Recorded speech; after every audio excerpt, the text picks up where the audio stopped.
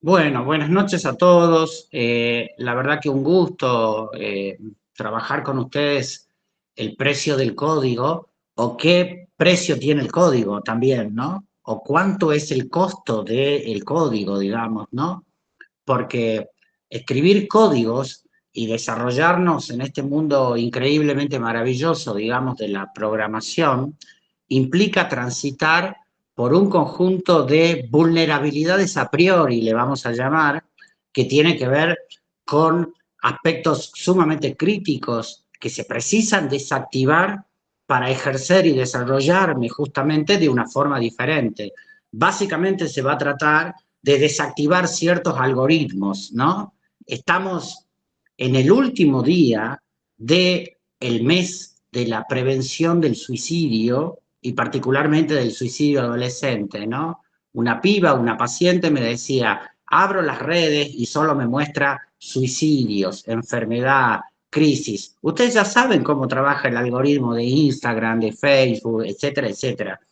Repite aquello que cree que es del agrado del consumo del usuario. ¿Qué hace un algoritmo?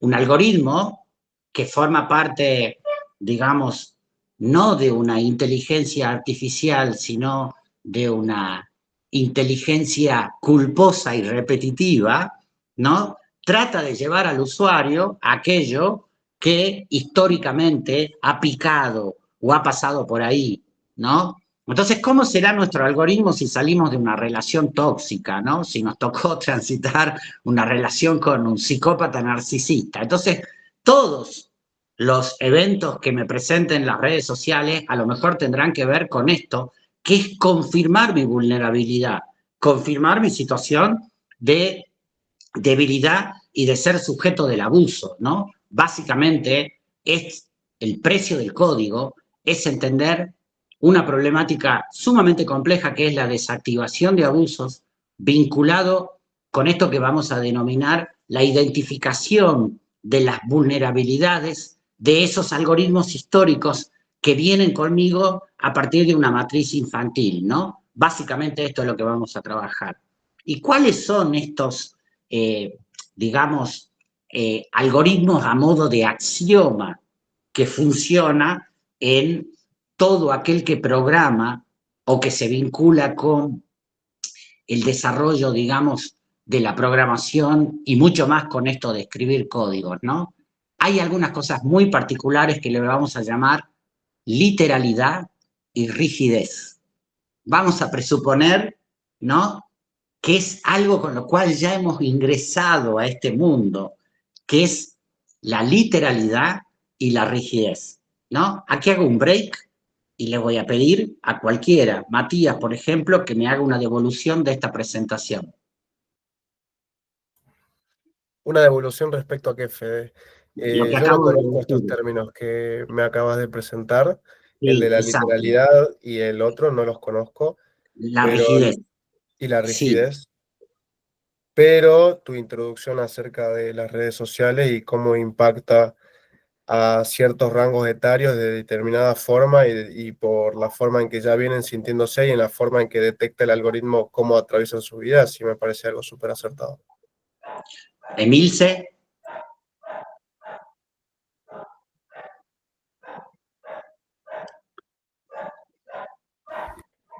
Hola, ¿se me escucha? Sí, se te escucha perfecto. Estoy un poquito acá con problemitas con el micrófono. ¿Cuál era la pregunta y el audio?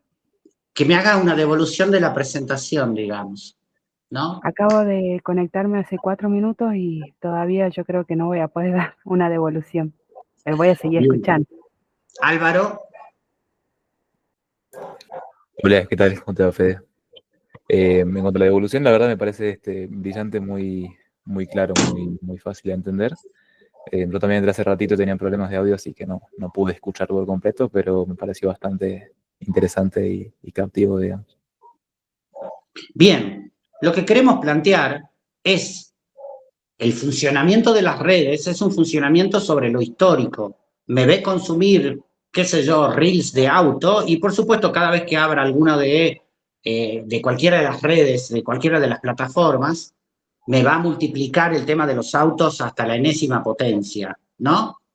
Esto, que se produce a través de lo que ustedes conocen como un algoritmo, es algo que psicológicamente yo lo tengo implantado y que cuando me dedico a la actividad de la programación, de la IT, de la tecnología, se activa, que tiene que ver con esta construcción infantil en lo que vamos a llamar un desarrollo temprano de una matriz de ansiedad que van a producir aspectos sumamente endeudantes y que es el objeto de alumbrar en este taller, que es la literalidad y la rigidez. Literalidad y rigidez es un par dialéctico, es un conjunto, es un equipo societario que funcionan siempre uno relacionado con el otro y que obedecen a la ansiedad, que se suscriben y que son empleados y consecuencias de estados de ansiedad, que cuando voy al mundo de las relaciones humanas aparecen como catalizador de esto que son vulnerabilidades, digamos.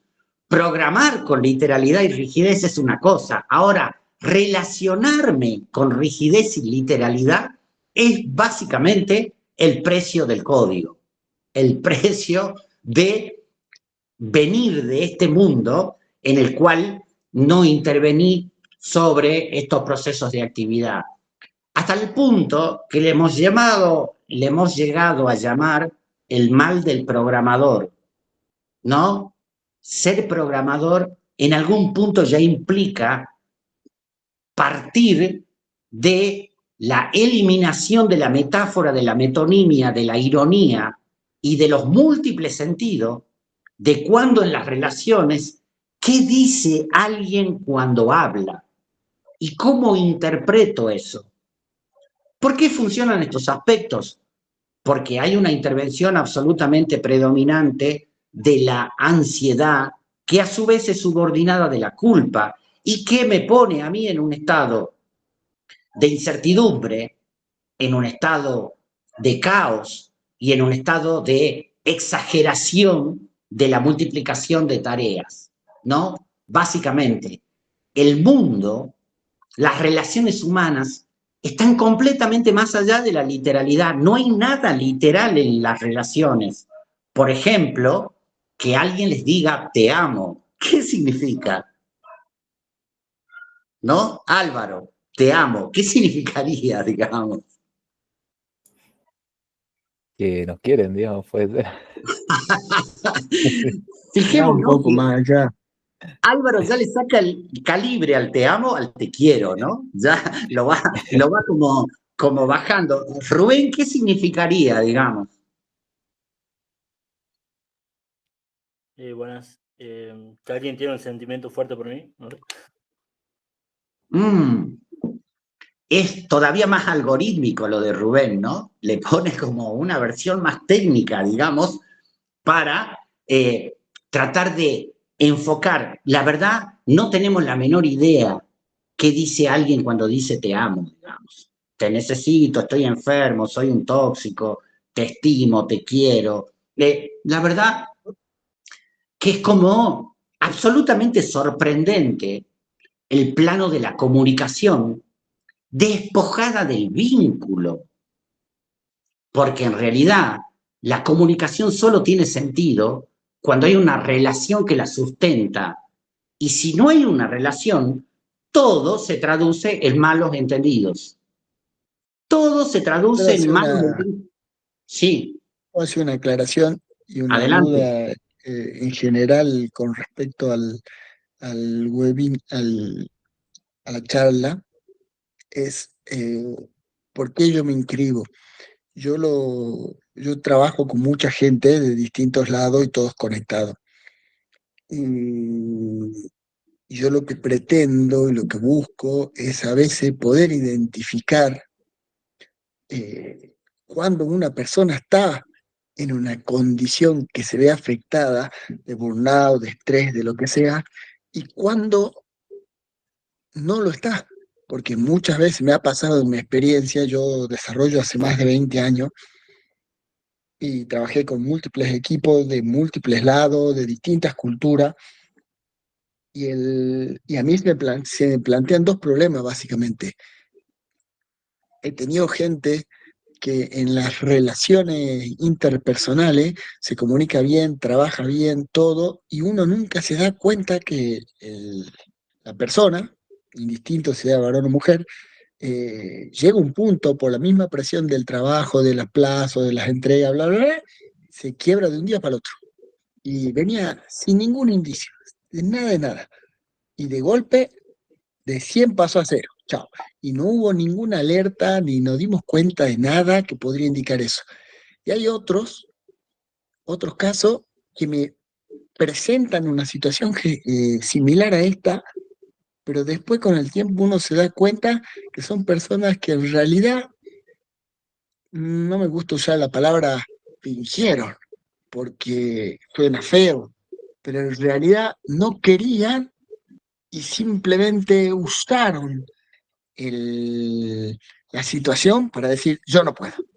¿Entendés? Entonces yo busco herramientas para tratar de identificar bien, porque muchas veces me pasa que cuando se arman equipos y a la hora de uno evaluar, y cotizar y presupuestar el tiempo que va a emplear para hacer las cosas, y uno arma un equipo en el cual siempre se pretende armonía y que las relaciones interpersonales sean buenas, pues si no es imposible llegar a buen puerto, no me pasa esto. Y a veces te pasa y no sabes qué. Te agradezco el aporte, está lleno de literalidad tu aporte, Bruno. Primero, le llamas a un conjunto, le llamas equipo. Un conjunto de personas no va a ser nunca un equipo si no hay, repito, un vínculo de base. Segundo, Por eso. el tema de las acciones que aparecen espontáneamente quebradas tiene que ver justamente con que vos puedas construir el tener la mirada precisa al respecto de las señales que han estado ahí, pero que no tenemos la capacidad de leerlas. Los otros días, en pleno centro de una ciudad muy importante, pasaban miles de personas al lado de un señor en una esquina que estaba visiblemente en una crisis de ataque de pánico y nadie lo veía, Bruno. Y vos decís, la gente es muy poco solidaria, ¿cómo no se van a dar cuenta? No, es invisible para ese tipo de miradas. Entonces, estas instancias tienen que ver con comprender, primero, estructuralmente, qué tipo de malestar y estrés a priori implica nuestra actividad de la programación, implica nuestra actividad de, digamos, las relaciones en las cuales no hay cuerpo, en las cuales, digamos, el cuerpo está intervenido por instancias de virtualidad o un conjunto de cosas, que esto implica condiciones a priori que van a terminar generando un predominio y diría incluso un imperio de la ansiedad que se pone de manifiesto, por ejemplo, en una de las cosas más sencillas, que es la crisis de la resolución del BUG, B-U-G, ¿no? El error. Saben todo de lo que estoy hablando, ¿verdad? Sí, sí. Sí. ¿No? Entonces, esta crisis, Bruno, pone en evidencia toda una estructura psíquica ansiógena y ansiosa que tiene que ver con los actos más terribles que hemos visto en los programadores al respecto de los mecanismos que se activan. El primero de ellos, la fuga, el mecanismo de fuga. Termino mi jornada a las 6 de la tarde, ¿no? Sigamos con Alvarito. Termino mi jornada a las 6 de la tarde y son las 17:30 y aparece un error, ¿no? Y empieza a jugar esta cuestión de yo ya estoy en el gimnasio o voy a visitar a mi familia o tengo un conjunto de cosas. Y se activa la fuga. La fuga es aquello que me impele a salir, a correr, ¿no? A escaparme, digamos, y que se basa y se asienta en miedos. Entonces, este mecanismo lo que hace es activar miedos que más se empoderan todavía y logran este propósito, digamos que va a ser las 8 de la noche, Álvaro, y vas a encontrarte tratando de resolver un bug o un conjunto de cosas. Entonces, Ya sí, ese tipo de cosas la manejamos no tan así, tan directo, en el sentido que si uno logra calificar a las situaciones, hay bugs que son bugs que no afectan nada y puede demorarse una semana, un mes si quieren corregirlo, porque realmente no tiene importancia. Y yo creo que si uno cuando lo habla con el equipo le dice, este tipo de errores sí son críticos, no se pueden dejar pasar, eh, ponele, haces todas las pruebas que vos haces y mandás a producción un paquete y no controlamos algo y eso hace que se caiga un servicio que lo usan 10.000 personas, 100.000 personas, 1.000.000 de personas y no te queda otra que resolverlo. Y ahí más que en el, no me gusta usar la palabra contrato, pero en el contrato no laboral, sino en el del trabajo con el equipo, vos sabés que si te mandaste una así la tenés que resolver, y si no podés, para eso está el equipo, llamás. lo que pasa es que otra vez volvemos a la literalidad. Presupongamos, digamos, que desde la psicología les estoy hablando de un bugs como un concepto más genérico, Bruno.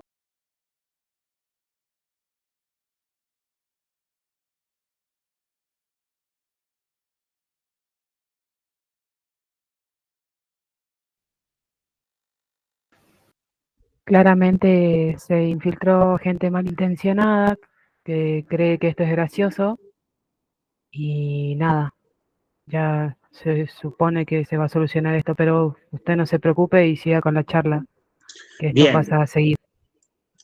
muchas gracias, ¿no? Primero, permítanme desactivar en 2 segunditos lo que le pasó a esta piba. La foto porno y este tipo de cosas son estas actitudes cobardes que tiene que ver con generar tensión, miedo y desconcentración, y principalmente la puesta en juego de la angustia del otro, ¿no? Estos psicópatas que alguna vez había escrito que un vampiro, por más que me chupe la sangre, no se humaniza, ¿no? Sigue siendo vampiro, digamos. Este tipo de monstruos precisan alimentarse de una angustia y por eso esta perspectiva de colarse, infiltrarse, ¿no? Que uno se pregunte qué moviliza o quiénes son o qué hacen, ¿no? Este tipo de cosas básicamente es un poco, digamos, lo que vamos a ignorar, digamos, ¿no? En el sentido de la intención de dejar en esa posición de angustia, ¿no? Alguna vez pensé y escribía que un psicópata me parece que en lugar de leche materna bebió angustia y de ahí que tiene una cierta adicción con generar angustia en los grupos, en las cosas, etcétera, etcétera. En psicopatía animal venimos de encarcelar un sujeto que ahorcaba perros y subía la foto de los animales a las redes sociales, ¿no? Imagínense la cabeza, ¿no? Entonces, por favor, pido a la persona que fue agredida por este sujeto que manda pornografía, que entienda, digamos, la perspectiva desde ese punto de vista, ¿no? Bueno, continuemos con el precio del código, ¿no? Entender que hay actividades que a priori van a reportar y van a determinar ciertas vulnerabilidades que necesito conocerlas, que necesito saberlas a priori.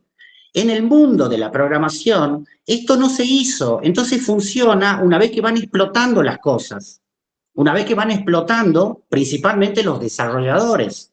Entonces, en ese trayecto de trainer, junior avanzado, si quieren, como una segunda categoría de seniority, semi-senior a senior, hay ya un proceso, diría, de supervivencia, donde el placer, el aprendizaje y el desarrollo están intervenidos por estados que son casi continuos de sufrimiento. El sufrimiento es redondo, circular, no duele, pero me mata. El dolor, en cambio, es doloroso, pero pasa. Entonces, Cuando nosotros nos encontramos en la explosión, esto que marcaba Rubén al principio, nos encontramos con una explosión de un estado de sufrimiento que ha sido la puesta en juego de un desbalance. La programación es una ventana. En algún punto, nosotros vamos a terminar viendo todos los cuartos de la casa. Y ahí es donde interviene esta problemática absolutamente crítica que es la puesta en juego del desarrollo de las soft skills como competencias. Nosotros con Carolina hace rato que venimos trabajando en una especie de psicoprofilaxis de redes, ¿no? No solo en programación, sino en psicología, en todos lados. Está lleno de estos sujetos, llamémosles monstruos, que andan impunemente, digamos, haciendo todo tipo de sugestiones en las redes, ¿no? Desde psicólogos que no son psicólogos o expertos en lo que se le ocurra, que van produciendo un conjunto de cosas complejas. Ya hay una sentencia contra un algoritmo justamente por un suicidio, ¿no? Eso ya tenemos antecedentes penales de haber tenido la maravilla, digamos, de una sentencia vinculada a un algoritmo, ¿no? Que produjo vinculantemente, digamos, consecuencias y algo que denominamos acting out, el pasaje al acto de una piba que termina lamentablemente matándose, ¿no? Ya algunas cosas le podemos ampliar al respecto de esto. Entonces, básicamente, nuestra actividad es una actividad de riesgo, pero lo es todo. Es como manejar un transporte de personas o como ser, digamos, enfermero de guardia en un hospital o como trabajar en la policía o como, etcétera, etcétera, etcétera. En este caso, ¿cuáles son esas condiciones de riesgo? ¿Cuáles son los a priori que tenemos que conocer? La enorme experiencia, el desarrollo que se va teniendo, es que llega un punto en el cual se va a producir esto que vamos a denominar burnout. Burnout, que es el quemado, ¿no? Tempranamente Rubén lo había puesto en juego, ¿no? ¿Cómo detecto el estrés? ¿Cómo detecto el burnout? El burnout no se detecta, Rubén. El burnout es ya el incendio con haber consumido al sujeto del burnout. Ya en ese punto no hay nada que hacer, porque justamente se va a producir una renuncia, un pase de empresa, un cansancio, etcétera, etcétera. Más bien es el tema de cómo gestiono las emotividades y las emociones en el día a día y el enfoque muy particularmente en la medición y puesta en juego de las habilidades blandas. Nosotros, en este mundo maravilloso, digamos, de la programación, aparecemos como patrimonialmente provistos de hard skills, ¿no? Nuestro hard, nuestras competencias, digamos, en lenguajes, en conocimientos técnicos, etcétera, etcétera, están puestas a priori sobre fundamentos patrimonialmente muy pobres, que es la poca, digamos, estabilidad o base que tenemos en habilidades blandas. Y esto que parece que la relación no es posible, termina teniendo un altísimo y gran impacto, digamos. Fíjense que hay una cosa muy paradójica, ¿no? Porque el videojuego temprano, particularmente en el adolescente, que incorpora aspectos de innovación, creatividad, trabajo en equipo, etcétera, etcétera, en la programación es sacado de cuajo. El programador deja de divertirse, tiene poco de divertido en algún punto y va subiendo la temperatura de la seriedad con la cual se hacen las operaciones. Y toda operación es seria, ¿no? Desde mantenimiento de un sistema de drogas de farmacia hasta, imaginemos, no, de banco, y aparecen una serie de cosas muy complicadas. Primero, ¿cuál es la perspectiva que tenemos de aquello que se denomina cliente en programación?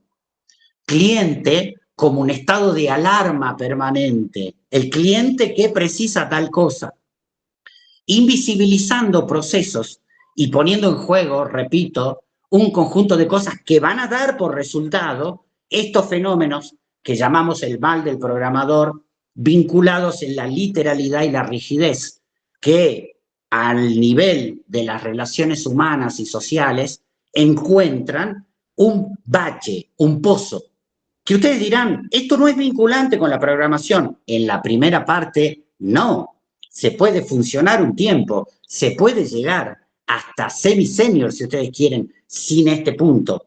Pero luego sí, porque ahí viene un proceso disociativo absolutamente complejo, ¿sí? Aquí quisiera saber, ¿qué es un cliente para vos, Luis? ¿Qué tal? Buenas noches. ¿Qué tal? ¿Cómo están? ¿Cómo le va? Un cliente es alguien a quien yo tengo que cumplir los objetivos, bueno, las necesidades que me plantean, y de común acuerdo cumplir esos objetivos en el tiempo que lo requiera, digamos. Y Correcto. Bien. Excelente, excelente. Álvaro, ¿qué es un cliente para vos? Tal cual, coincido con Luis, es una persona que me solicita a mí un servicio, un producto, el cual yo tengo que realizar en determinado tiempo, a su medida, en base a sus necesidades, digamos. Emilce.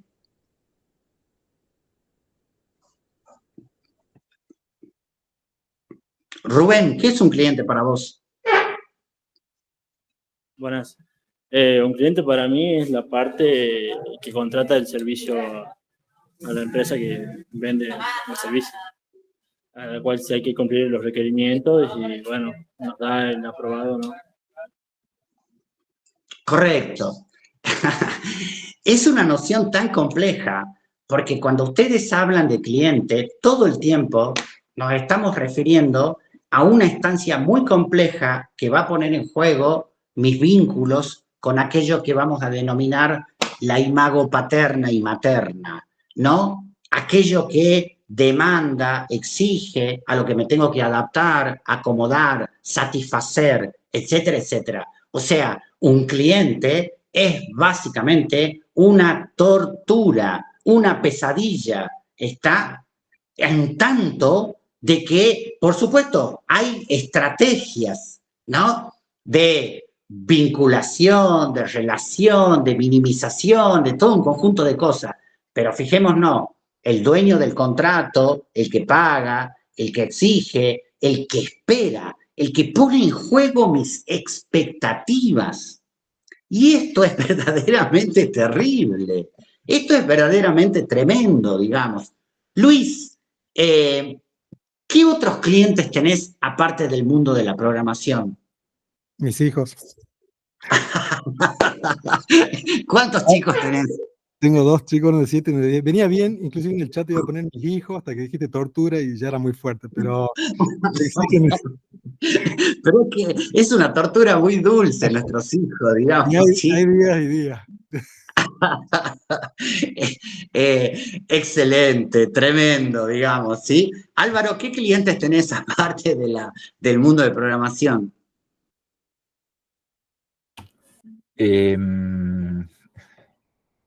Creo que yo mismo, yo también, digamos, soy mi propio cliente, en algún sentido, me parece.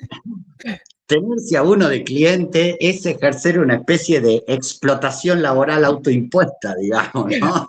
O sea, la patronal que uno es con uno mismo suele ser de las más terribles, Álvaro. Así que prefiero que tengas de cliente a tus hijos, a tus sobrinos, a tus padres, menos a vos mismo.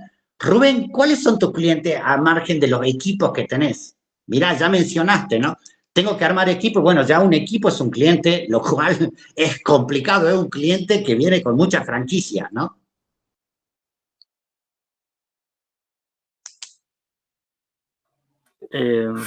Voy, me perdí, pero, Fede, disculpa, ¿me puedes repetir?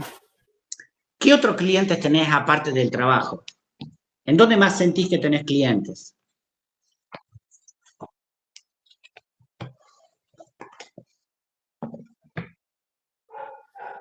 Y la verdad no se me ocurre ahora, pero sabía, no se me ocurre nada ahora, Fede. Bien, El cliente como aquel que motoriza mi relación con el deber. El cliente que motoriza mi relación con la deuda, con el cumplimiento, con las exigencias, con las expectativas. Es un punto de vista interesante, pero a eso le falta algo, porque lo que necesitamos justamente para evitar los quiebres, el burnout, el estrés, es ponerle al cliente el disfrute, el placer. Recién Luis decía que sus hijos son clientes, y está bien, porque hay un punto que tiene que ver con responsabilidad, con cuidarlos, contenerlos, protegerlos, asistirlos, acomodarse a lo que ellos necesitan. Pero hay otra parte súper importante que es disfrutarlos. Y disfrutarlo a pleno, porque son extraños, son originales, son maravillosos, son impredecibles y tienen su punto de vista a pesar de que sean pequeños, digamos. La verdad, este punto está escotomizado, está completamente salido de la ecuación en el mundo de la programación y ya es una fuente, una matriz enorme para ir funcionando con estado de tensión permanente, con estado de acumulación emotiva permanente, que luego van a terminar en estas cosas que se vehiculizan de distintas formas. Cambio de proyecto, me siento estancado, estoy en una meseta, ¿sí? No siento que aprendo, me quiero ir del proyecto o me quiero ir de la empresa, digamos, ¿sí? ¿Alguno tuvo una experiencia de esto? Yo. Yo estoy trabajando para una empresa de afuera, financiera, que al principio estaba muy buena, y la cultura de la empresa muy lindo, pero al pasar los meses no me sentía como alineado con los objetivos, sobre todo cuando el mensaje es ponete la camiseta. Entonces, ahí cuando te dicen ponete la camiseta y vos no te sentís, o no tenés ganas, vas como indirectamente o casi directamente bajando el rendimiento al punto que los demás lo van notando y bueno, ahí llegan los feedbacks que no te ven bien, pero sí, hay en cierto punto, y no es la primera vez que me pasó, el hecho de no sentirme bien por no estar acorde o alineado con los objetivos generales de una empresa, máxime cuando son grandes, ¿no? Me encanta lo que marcas y creo que es sumamente importante. Hay algunos conceptos que son bastante perversos en sí mismos, ¿no? El primer concepto de, digamos, la camiseta, la pertenencia, ¿no? Recuerdo que cuando inició el año, el litio estaba creo que en $25.000 la tonelada, luego en febrero pasó a $5.000 y no quedó un ingeniero en las empresas fidelizadas, con compromiso y con pertenencia. Digamos, esto de la llamada a la problemática de nuestra afectividad va en contra de lo que es mi ejercicio técnico profesional.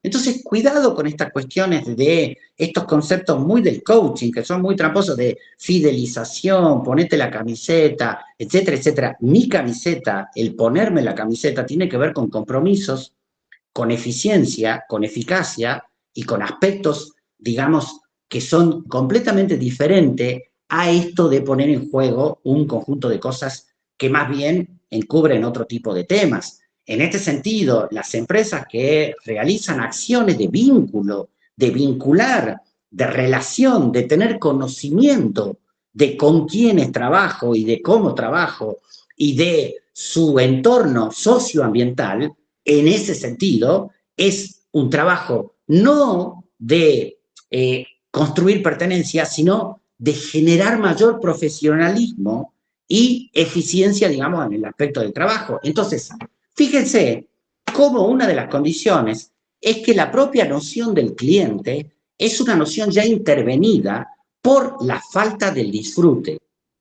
Entonces, cuando todas las acciones ya empiezan a tener espacios en los cuales se disfruta poco lo que hago y estoy todo el tiempo en estado de alerta o de preocupación, es que he quedado sujeto al mecanismo y al dispositivo de la ansiedad. La ansiedad trabaja predeciblemente con un propósito muy explícito que tiene que ver con la intervención del placer. Imaginémonos que la ansiedad es una máquina. Lo primero que produce, la primer pasta que produce la ansiedad, se llama preocupaciones. Preocupaciones permanentes, ¿no? Luego la procesa y a las preocupaciones le suma alarma. Estoy preocupado y en alarma, ¿no?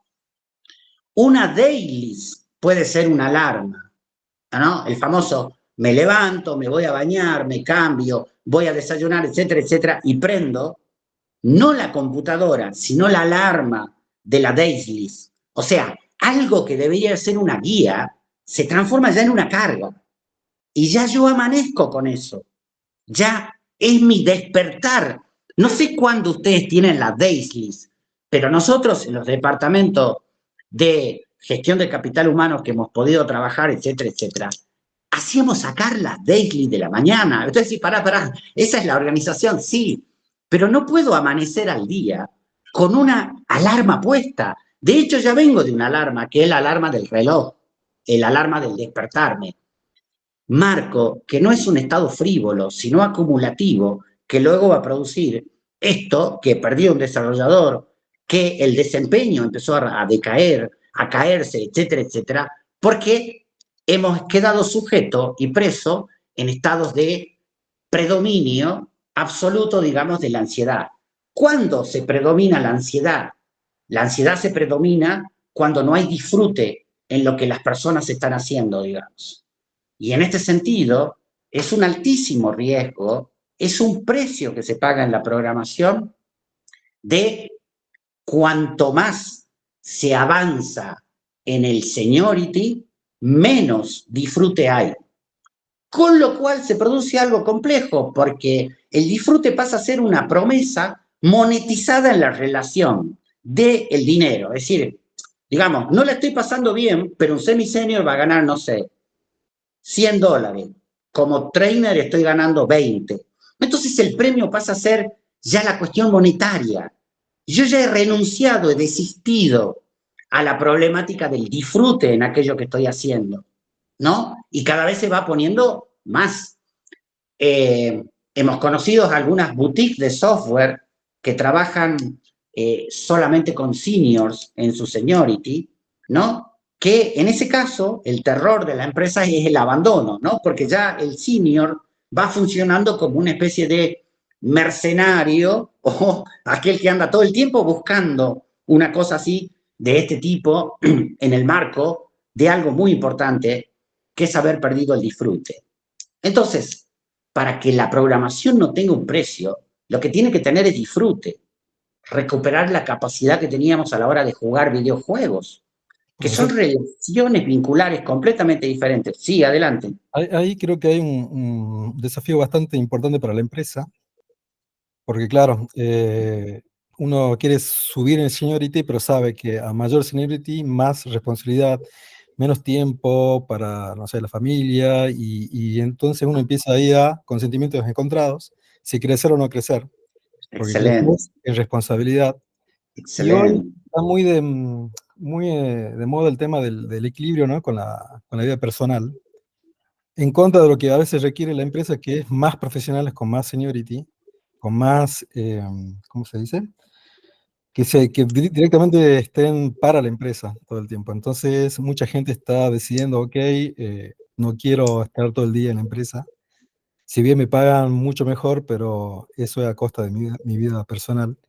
Entonces, creo que hay un gran desafío hoy para las grandes empresas y para los que arman grupos, mantener cierta productividad y el tema de la carrera dentro de la empresa, se ven amenazadas con esto, ¿no? De la tendencia a la gente a elegir más disfrute y no avanzar tanto en la profesionalidad, digamos, Correcto, es hermoso lo que aportas porque las empresas que más pagan estos precios son las empresas escuela, aquellas que invierten en formar, digamos, y que luego son robadas, usurpadas, digamos, por la supuesta variable de la monetización salarial. Pero en este sentido quiero interpelar eso porque la cuestión del salario aparece, o la cuestión de los honorarios, ¿no? Aparece como una promesa de disfrute que no se logra, digamos. Entonces ahí es donde aparece el dinero como justificando algo que yo no sé qué está pasando, que es mi estado de sufrimiento. He perdido ya la capacidad de disfrutar, ¿no? Muchos programadores, no sé cuál es la experiencia de ustedes, digamos, desean con toda su alma tener espacios para volver a poder jugar videojuegos. ¿Les pasó? Sí. Sí, claro que sí. Incluso, digamos, aún con obligaciones familiares, con todo un conjunto de cosas, ¿no? Es como el sueño de decir, Fede, yo el sábado necesito 4 horas para... ¿Qué está pasando allí? Justamente está confirmando la paulatina pérdida del disfrute en aquello que venimos haciendo y que producen, digamos, lesiones en cuanto al patrimonio del capital humano de una empresa que incluso aquellas que más han invertido son las que más en riesgo están, como recién estaba marcando, y, digamos, la falsedad de la monetización como el recurso que explica la fuga.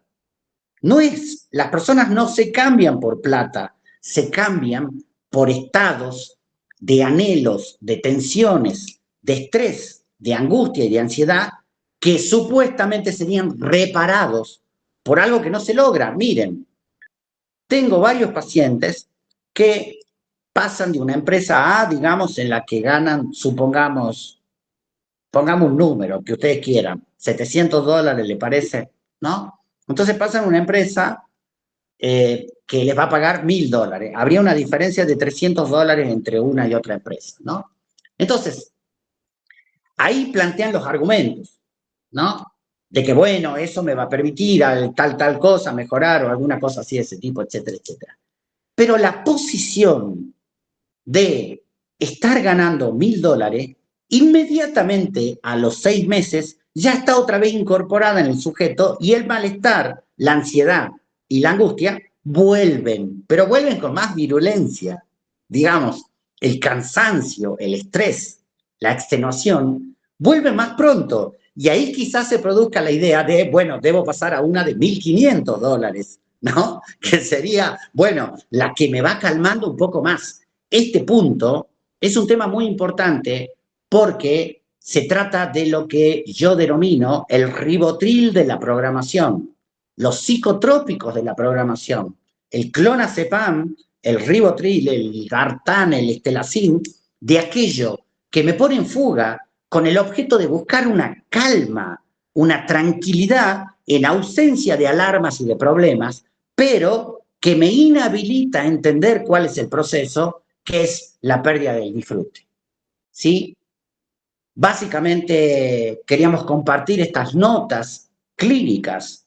Mi nombre es Federico Salazar, soy psicólogo clínico hace ya muchos años y hemos decidido, digamos, abordar espacios de desarrollo específica y verticalmente para programadores para trabajar en la clínica justamente aspectos que recuperen, digamos, el estado de acceso al placer, a la realización, al disfrute y el tener una perspectiva completamente diferente, sobre todo partiendo de encontrar y pensar que hoy la programación es una actividad de riesgo, que es entrar a una actividad que va a implicar la puesta en juego de muchas vulnerabilidades. Si yo no las conozco, si no las entiendo cómo funcionan y si no las desactivo, muy fácilmente nos vamos a encontrar con esto que ya empezó a ser epidemiológico,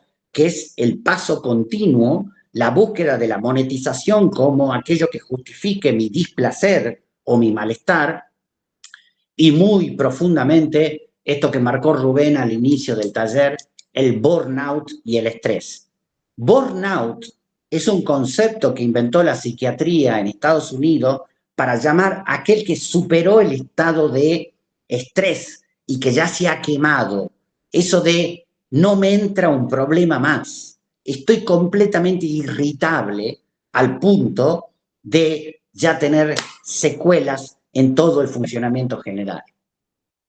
Un placer, gente, compartir con ustedes. Dejo unos minutos por alguna pregunta, un aporte o algo que quieran realizar. Incluso con la intervención esta de haber tenido en este taller, miren, 56 años tengo, soy capacitador hace muchísimos años, amo la capacitación, y es la primera vez, ¿no? En la cual me encuentro con esta instancia tan interesante, ¿no? De estos hackeos, digamos, de esta gente, digamos, transfiriendo locura, ¿no? Bueno, Profe, adelante, por favor. profe, brevemente podría dar un lineamiento desde el lado del programador para no caer en el burnout y no volver a sufrir en el próximo empleo si es que lo dejo, porque el primero me quemó la cabeza. El primer lineamiento es la desactivación de la literalidad y la rigidez. Los programadores no saben hablar, no saben simbolizar sus emociones. Por eso es que es tan difícil desarrollar las habilidades blandas en la programación, porque hay como un intento de controlar algo que debe reconocerse. Entonces, esto me parece absolutamente fundamental. Para los equipos, sugiero ampliamente crear equipos semanales en los cuales se hable de la práctica. Hablar de aquello que me angustia me hace más llevadero todo el asunto. Y hay muy pocos espacios donde se habla de esto. Se habla de lo que hay que hacer, se habla de la problemática del cliente, se habla de los proyectos, se habla, pero no se habla de nuestra práctica. Y sobre todo, en el trabajo con los coordinadores de área, los PM, etcétera, etcétera, el equipo funciona internamente en estados de alianza de una serie de cosas y no se dicen las cosas porque no hay espacio donde decirlas. Entonces, es como muy complicado. Y por otro lado, hay que poner como checklist el tema de la medición de la innovación y la creatividad. No hay innovación y no hay creatividad. ¿Por qué? Porque para innovar y crear tiene que haberse desactivado los miedos. Entonces el programador cada vez está más asustado y por eso es menos creativo. Y otra queja de los empresarios es justamente eso. ¿Por qué no aportan ideas, soluciones? ¿Por qué no son creativos, etcétera, etcétera? Porque no pueden serlo en un mar de estrés de clientes que no son clientes, son Monseñor el obispo, la culpa, exigiendo y demandando cosas, que es algo muy diferente a lo que es un cliente, digamos. Perfecto, muchísimas gracias, profe. Por favor. ¿Sabes qué, Fede? Cuando estabas hablando del burnout y todo lo que eso acarrea de que uno esté quemado, me estaba acordando de una conversación en la que pusimos el secuestro de la memoria. La memoria RAM secuestrada, digamos, ¿sí? Hermoso, Caro, hermoso. Obviamente, digamos, la terapia de la programación, señores, podemos llamarle la psicoterapia de los miedos. No es miedo a qué, no es miedo a algo, sino, porque repito, ese proceso de crear instancias de preocupaciones permanentes, luego alarmas, lo que va a activar son miedos y fuga. La gente con miedo no sirve. Va a ser gente que va a terminar en burnout o haciendo fugas de escape con el placebo o la zanahoria de encontrar una mejor remuneración cuando de lo que se está escapando es de otra cosa. Rubén, adelante, por favor. Oh, disculpe, se activó sin querer el micrófono. Bueno, alguien estaba levantando la mano ahí. Bueno, ¿alguien más? Yo había dejado una pregunta en el chat. ¿Querés hacerla, por favor? Sí, mi pregunta era, ya cuando estábamos charlando, si era posible ser igual de productivo, si priorizaba mi autocuidado, sin que se le tomen mal las empresas o el cliente con el que yo estoy trabajando, y cómo encontrar un equilibrio entre la productividad y el bienestar mental.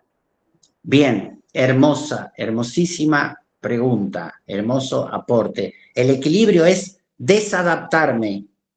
Desadaptarme. ¿Qué es la adaptación? Es la acomodación, el ajuste a las exigencias del entorno. Yo como profesional tengo límite a adaptarme. La verdad que hacer terapia es desadaptarse, ¿no?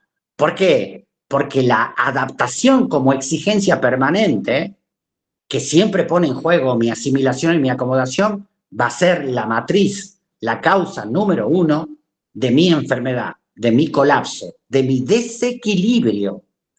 Porque pensarme una mujer adaptativa es subordinar mi deseo y mi disfrute en aquello que yo estoy haciendo. ¿A partir de qué me desadapto? De encontrar el límite personal, Emilce. Una de las primeras adaptaciones, ¿no? Hago un paciente de 9 años genial, ¿no? Llamémosle imaginariamente Agustín, ¿sí? Me cuenta que él se adapta a la alimentación saludable de los padres. Pescados, carnes crudas, carnes magras, verduras hervidas, ¿no? ¿Y qué tal hago? Le digo, y me dice, me adapto, Fede, ¿no? 9 años. Y le digo, ¿y a vos qué te gusta? Y me dice, la lasaña de mi abuela. Qué maravilloso, digamos. Un niño de 9 años tiene límite a la adaptación. Y esto es un punto principal. Lo que pasa es que en la gestión de los equipos de trabajo se parte de una idea absolutamente tramposa, mentirosa y que nada tiene que ver con la psicología, de que las personas son 100% adaptables. No, señor, la adaptación sirve, en el mejor de los casos, hasta los 10 años. De ahí en más, ya es algo que está de más. Y ustedes dirán, pero Federico, ¿qué estás hablando? Si voy a Estados Unidos me tengo que adaptar. No, no, no, no, no. Es una cosa completamente diferente, ¿sí? Bueno, estamos llegando Muchísimas al final. gracias. Por favor, gracias a vos. Bien, antes de Bueno, Caro, terminar, ahí como ven en pantalla está el código QR que los va a mandar al Linktree de Fede, donde pueden acceder a todos sus contenidos. Es más, acá les comparto pantalla de lo que van a ver, cosa de que empecemos a confiar después del ciberataque que tuvimos, veamos a lo que sí nos redirige el QR, que bueno, tenemos el ebook sobre maltrato animal, el canal de YouTube con todos los videos disponibles también para temas de psicoterapia, la clínica de la impaciencia, podcast, el Instagram, Facebook, Fede está en todos lados.